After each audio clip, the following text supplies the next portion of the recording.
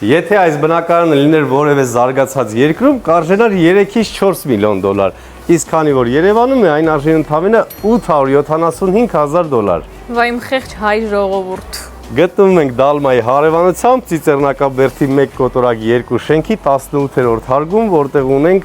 հոյակապ տեսարան դեպի Արարատ լեռ, Երևանյան լիճ, ճաշակով, իմպորտնի կահույքով, ամբողջությամբ կահավորված տեխնիկայով։ Մակերեսը հիշում ես։ 191։ Ունենք 3 ննջարաններ, սկսենք որից։ Եկեք հենց սկսենք խոհանոցից։ Տեխնիկան Bosch է խոհանոցում, Ինչպես գրում են մեկնաբանություններում, ես իրանց հետ համաձայն եմ, էլ Bosch-ով մարդու չես զարգացնի, դա հին լավ բրենդ է, հիմա Bosch-ը առանձնահատական բրենդ։ Ավելի լավն է, քան օրինակ մնացած։ Դե ավելի, հիմա չասեմ, ասեն հակագովազդակ։ Հզյակ ունենք, դուշը մեծ։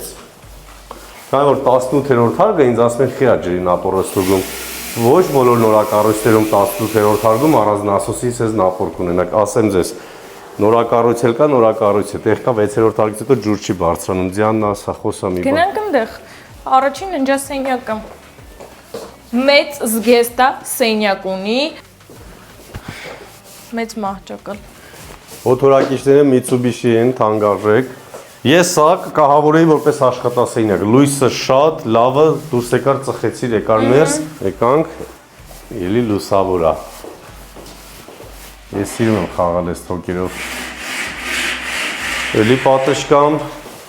բայց լավն է։ Շատ լավն է, այն ամերիկյան ոճով է վերանորոգված կահավորված, չէ՞։ Ու պարկինգ էլ ունենք հավելա վճարով։ Ենթադրում եմ 900,000-ով պարկինգովան կարակ առնենք։ Բար ունենք։ Ըստ քեզ ով կառնի այս տունը ձյանը։ Պիտերից մի հատ անուշ աղբեր։ Պիտերից չէ, Սոչիից կամ կամ Ռոստովից։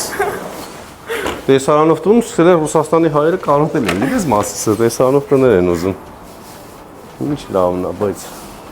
դե ինքներ հետ գրեք մեկնաբանություններում, ինչքան եք պատրաստ վճարել 191 քառակուսի մետր,